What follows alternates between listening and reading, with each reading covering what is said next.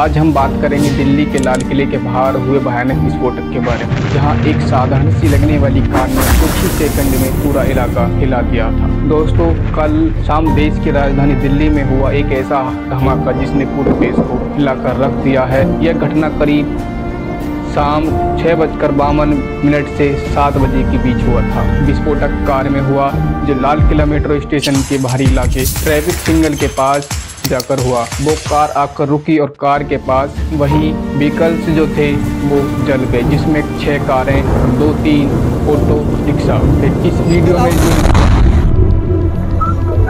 Record करने तक कम से कम 8 लोगों की मौत हुई थी। लगभग 20 से 40 लोग घायल बताए जा रहे हैं। नेशनल इंट्री पिटनी एजेंसी यानी NAI national security guard agency द्वारा स्थानीय पुलिस को फॉरेंसिक विभाग को मौके पर भेजा गया। कार के मालिक को गिरफ्तार किया गया है, जो कि हरियाणा नंबर की कार I-20 कार बताई जा रही। ओनर का नाम सलमान है। उसने कहा है कि यह गाड़ी उसने आगे किसी हुबली के साथ साथ उत्तर प्रदेश, महाराष्ट्र, आंध्र प्रदेश कई इलाकों में हाई अलर्ट जारी कर दिया गया। विस्फोटक एक धीमी गति से चल रही कार में हुआ था, जिसके ट्रैफिक सिग्नल पर रोका गया था। होम मिनिस्टर अमित शाह में लाल किले के पास सुभाष मार्ग ट्रैफिक सिग्नल पर I-20 हुंडई गाड़ी में एक ब्लास्ट हुआ।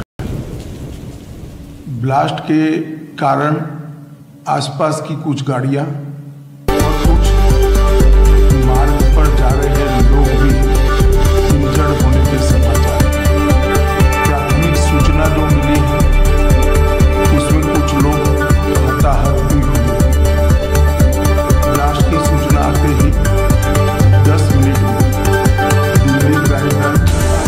घटना स्थल पर पहुंचे थे और प्रधानमंत्री नरेंद्र मोदी ने ट्विटर के जरिए शोक जताया, जांच की बात कही। लोगों से हम यही अपील करना चाहते हैं कि दोस्तों अफवाहों पर बिल्कुल भरोसा न करें और कोई जानकारी वहाँ यहाँ शेयर ना करें। अधिकारी यानी ऑफिशियल जानकारी आए उसी को सच माने।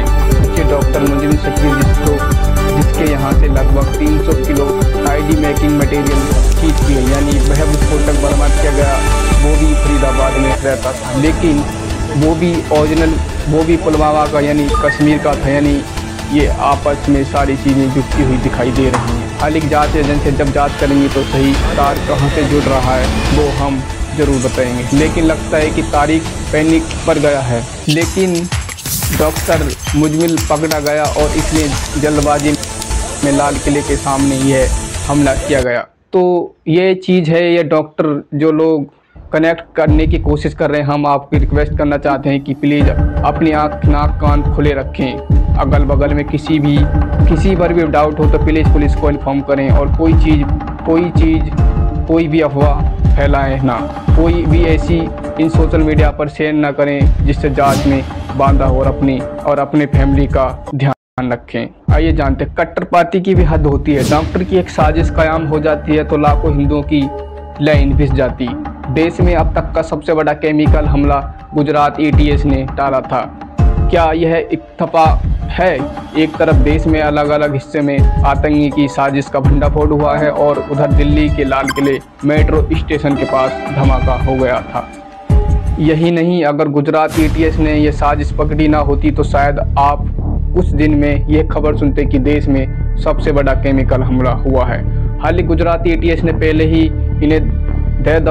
इन्हें पहले ही दबोचा और डॉक्टर अहमद सुलेमान शेख और सलीम खान को गिरफ्तार कर लिया। ये तीनों देश के एक खतरनाक केमिकल हमले की साजिश रच रहे थे। ये लोग हमले की अंजाम देने के लिए लखनऊ में RSS दफ्तर, दिल्ली, आज़ादपुर मंडी, अहमदाबाद के धार्मिक स्थलों को रैंकिंग करने में लगे थे। ये लोग उस राइसन जहर बनाने की कोशिश कर रहे थे जो साइनाइड से 6000 गुना ज़्यादा जहरीला माना जाता है। इसका कोई इलाज नहीं। भीतर जाते ही राइसन शरीर की कोशिकाओं को मार देता है और इंसान के बचने के कोई चांस नहीं होते।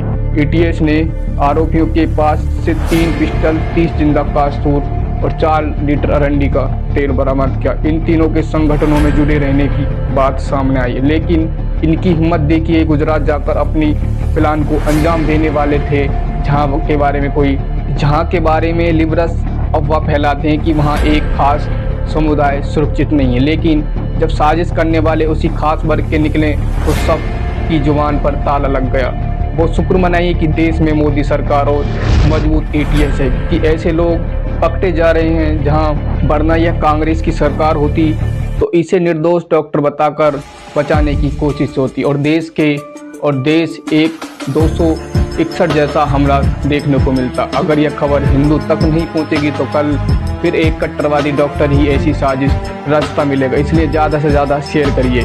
इस देश बलिदान भी दे दें, न बॉर्डर को बिल्कुल सेफ करें, तब भी हम सेफ नहीं है, क्योंकि इस आदिल अहमद और शकील जैसे डॉक्टर इस देश में मौजूद हैं। तो हम पाकिस्तानियों की कोई ज़रूरत नहीं है। यार आप इन्हें क्या कहेंगे, आतंकवादी? यार आतंकवादी मेरी नज़र में वो है जो पाकिस्तानी की धरती से आकर हमें नुकसान पहुंचाता। यह तो हमारे ही लोग थे ना, यहीं रह रहे हैं, यहीं खा रहे हैं, इसी धरती पर पैदा हुए और हमारे ही लोगों को मार रहे हैं। हमारे बॉर्डर सेफ हैं RDX जैसा, लेकिन उन्होंने बोला नहीं यार, हम यहीं से केमिकल इकट्ठा करेंगे, अमोनियम नाइट्रेट लाएंगे और सेम धमाका करेंगे जो RDX देता है। बिल्कुल सही।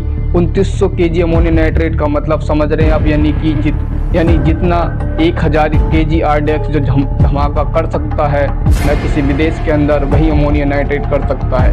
ऐसे लोगों के लिए क्या कहना है यार। एक तो वह लोग हैं जो सर्वोच्च बलिदान दे रहे हैं इस देश के लिए, और एक यह लोग हैं जो हमारी धरती पर रहकर ही हमारे मासूम बच्चों को नुकसान पहुंचा रहे हैं। एक ऐसे चौंकाने वाले खुलासे की है जिसने पूरे देश को हिला कर रख दिया। मेडिकल कॉलेज जहां डॉक्टर बनने की पढ़ाई होती है, वहीं से अब आतंकवाद के नेटवर्क के कनेक्शन सामने आ रहे हैं। इंडिया टीवी की रिपोर्ट के मुताबिक दिल्ली धमाके और लाल किले ब्लास्ट की जांच के दौरान कुछ डॉक्टरों के नाम सामने आए हैं जो जम्मू कश्मीर से लेकर फरीदाबाद तक एक्टिव थे, जिनमें ये डॉक्टर थे doctor Umar Ahmad, doctor Muzammil Shakeel, doctor Adil Ahmad, doctor Shaheena और डॉक्टर शहजाद। ये अल्फा कॉलेज से इनका कनेक्शन था। इनमें से कई डॉक्टरों का संबंध सीधा फरीदाबाद की यूनिवर्सिटी से बताया जा रहा है। डॉक्टर उमर अहमद जो पुलवामा का रहने वाला था और वह उस कॉलेज का टीचर भी था। वही डॉक्टर आदिल अहमद वहाँ अल-फलाह यूनिवर्सिटी से कनेक्टेड बताया गया है। और वहीं डॉक्टर शहीना JS अहमद की महिला बिग जमटंग का ठिकाना तो नहीं बन रहा। अगर दोस्तों ये वीडियो अच्छी लगी हो तो लाइक करें और चैनल को सब्सक्राइब करें। एजेंसियों को अब यूनिवर्सिटी के भीतर भी तक जांच करनी चाहिए। यह खबर सिर्फ अपराध नहीं बल्कि एक सवाल है हमारे समाज, हमारी शिक्षा और हमारी सुरक्षा व्यवस्था को लेकर।